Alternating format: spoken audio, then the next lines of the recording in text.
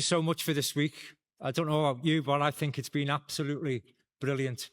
And that's down to you, your professionalism, the way you've debated motions, the way you've delivered motions. And don't be worrying if you lost a motion.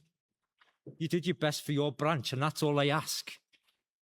Some you win, some you lose. That's how we do business. It's a democracy. And of course, all this doesn't happen overnight. Got quite a few people to thank. First of all, Angela Sinclair, who we know first thing Monday morning will be preparing for next year's conference. She stresses herself out putting all this together and arranging everything. She does an amazing job, and she's done an amazing job again this year. So thank you, Angela Sinclair.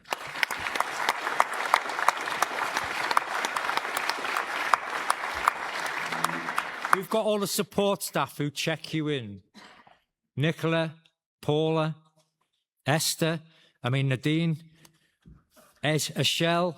We've got Stevie Lewis. Stevie Lewis is here, right? He's recovering from treatment over a life-threatening illness. He's been here all week. He's been delivering for you, wouldn't back down. He hasn't left the conference hall. That's the caliber of people that we employ. Fantastic people. Give them a round of applause.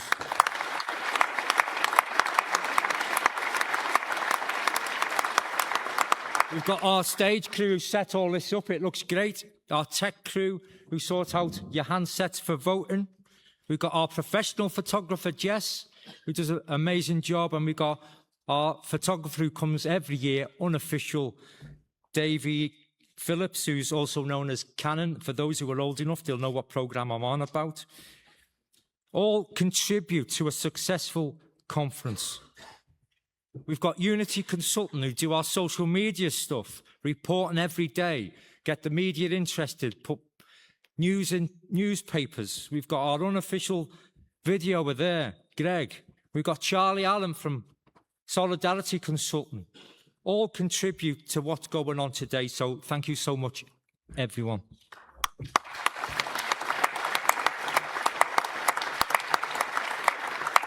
Of course, my biggest thanks are to you, the delegates, who've made it such a success.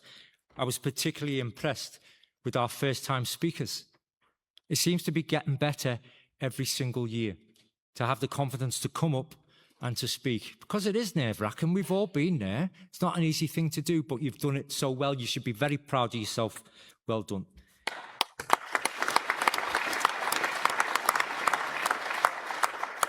As we go through conference, I just make a few notes on certain issues that come up, so I just wanted to address them first. Something that comes up every few years, and it really upsets me. It upsets me when the private sector get up and they tell us that they don't feel supported, they don't feel valued. That really upsets me, because nothing could be further from the truth. And what I say to the private sector is, you are valued, you are welcome, you are wanted, you're part of our family, you're an important and integral part of this organisation. If you're not happy with something, then I need to know about it. If you're not getting the support you need, if you're not getting the representation you need, I need to know about it so I can discuss it with my colleagues and put it right. Because as far as I'm aware, and I might be wrong, I'm sure you tell me if I am, as far as I'm aware, you've got full-time officials who are always there for you. So I don't know where it's coming from, but please let me know so I can put it right, because I want the best level of service for every single one of you. That's what I want. So please let me know if there's issues and we'll put them right. We had this before with our NHS colleagues. We don't have it now. We have regular meetings with them. We engage with them. We know what all their issues are. And we're tight together. And that's what I want for everyone. So please do let me know. The motions about OSGs and balloting them for strike action. Look, I can assure you, we're not frightened of balloting OSGs for strike action. Not at all. Bring it on. But it's got to be at the right time. We've got to have a trade dispute to ballot for strike action. Don't forget, strike action is the last resort. And I'm not aware of any OSGs. I certainly have had any emails off OSGs, and I don't know about the NEC, but no OSGs ever complained to me about their working conditions. OSGs have had the highest pay rises of any POA member over the last 4 years. We even got them an extra 5% on their unsocial hours element of pay. So if it's a training issue, if you're telling me that OSGs who join the job don't get trained, there is an official OSG training course. It runs for 2 weeks. There's a control room course. If they're not happening, let us know and we'll take it through the National Whitley and we'll put it right.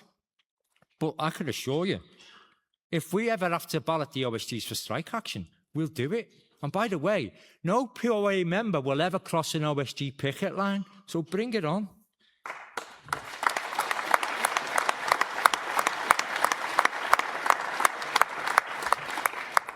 I mentioned in my opening remarks that we will continue to ask for a risk allowance. We need evidence from you and your members. All right. I read out what the pay review body said, right? They knocked us back on it. We need the evidence. I know what's happening. All right. I know what's happening. Staff getting followed home from work, getting targeted outside of work. I know the threat you face. Report it to us. Email your NEC rep. Let them know what's happened to you or your colleagues. Let us know, because what I want to do in the next lot of pay submissions, I want to go to the pay review body with a massive list of staff who have been threatened outside of the workplace. So they can't say it's undeniable what's happening. Because we're not going to report it to our employer. They're not going to monitor it. They can't even capture everybody who exits the service on an exit survey. They capture 10%. So what gives you faith that they're going to capture us when we're under threat outside the workplace? So please help us out. Send us what we need to try and improve your pay and give you that risk allowance. It's clear this week, with what you've been saying, that drones are still a massive threat. And I've stated it once in public, and I'm going to state it here and now, so it's in the verbatim, and there's no hiding place. It's only a matter of time before a drone delivers a firearm to one of our prisons, and that's a headline none of us need. We've already had 2 scares, 2 lockdown searches, because intelligence suggested there may have been a firearm delivered via a drone. It needs to be sorted. This employer needs to stop dithering and delaying, get the finger out and sort it. They're putting us all at risk. Let's get it sorted, and let's have some urgency from this employer to do so. Thanks for Belmarsh for bringing a conference motion about giving us extra money for the voluntary tasks we do. If you read our pay submissions, we consistently ask for that year after year after year.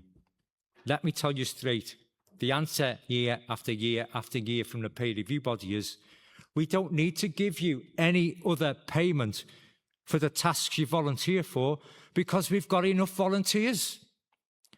If you were an employer, if you had your own business, and you said to your employees, oh, legislation says I need trained first aiders, will you go on a first aid course for me?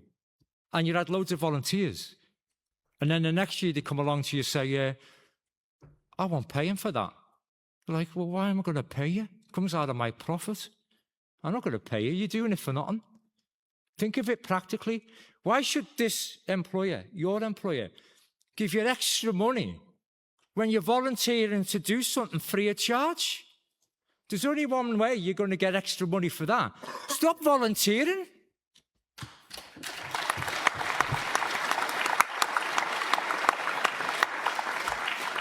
I thought Jonathan Hall was an excellent guest speaker, and he confirmed what we'd been witnessing in those separation centres.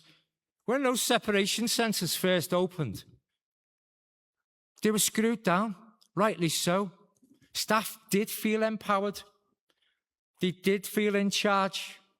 They could make decisions about how those regimes ran and what sanctions were in place for separation centre prisoners. That got whittled away over the years by people who didn't work in separation centres, who sat in headquarters and were an oversight authority, who diminished their authority and got rid of all the sanctions that the staff had imposed in an effort to appease the worst of the worst, whose only sole purpose throughout their stay in a separation centre is to kill one of us. So Jonathan Hall has recognised that because he engaged with the staff. And his recommendations we wholeheartedly agree with, and I thought he delivered that really well. And I don't know if there's any HMPPS officials left in the room, but when it comes to Franklin staff who went above and beyond and delivered bravery I've never ever witnessed before, can you give them a commendation? Because you haven't recognised that at all to this day. That was over 12 months ago. You've done absolutely nothing. The only people who've recognised them is their union. They're your staff. They tackled a terrorist offender determined to murder people, and you haven't even given them any recognition whatsoever and no commendations. That is disgraceful.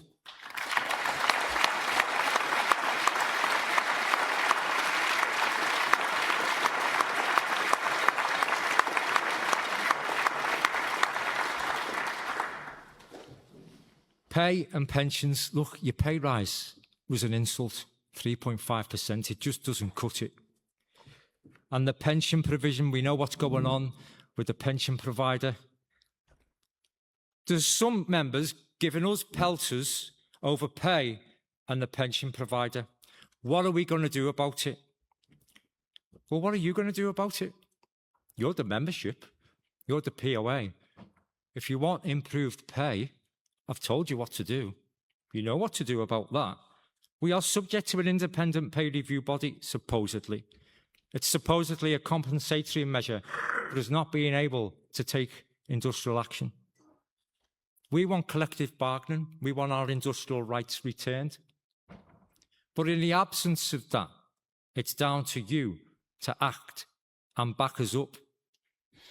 You can act by joining our postcard campaign. We've asked you all to send postcards out to your members, get them to sign them, send them back to us. We need those postcards back. Email your MPs, get them on board. Many of you have. We need more. We need everybody in this union to actively engage with our campaigns and force these issues. Because I'll tell you something now, it'll be a different set of discussions over pay when we get our industrial rights back. And when it comes to the pensions provider, what's the POA doing about it? This is a disgrace. Why don't we work to rule? I can't tell you to work to rule, because it's classed as incitement. But you can work to rule. Your members can work to rule. Every individual has the right to work to rule. But do you actually know what work to rule entails? Work to rule means you turn up at the gate at your official shift start time, and you don't enter the premises a minute before. It means you leave the premises at your official shift finish time, not a minute before. It means you don't volunteer for any tasks that are not part of your contract of employment. It means you don't volunteer for overtime or payment plus because you're working to rule. You stick to your job description, you stick to your contracted hours of work, and you work to rule. That's what work to rule means. So if you want to work to rule as an individual, and your members want to work to rule as an individual because you're fed up about pay and you're fed up about pensions, you don't need me to tell you, just do it. It's easy, just do it.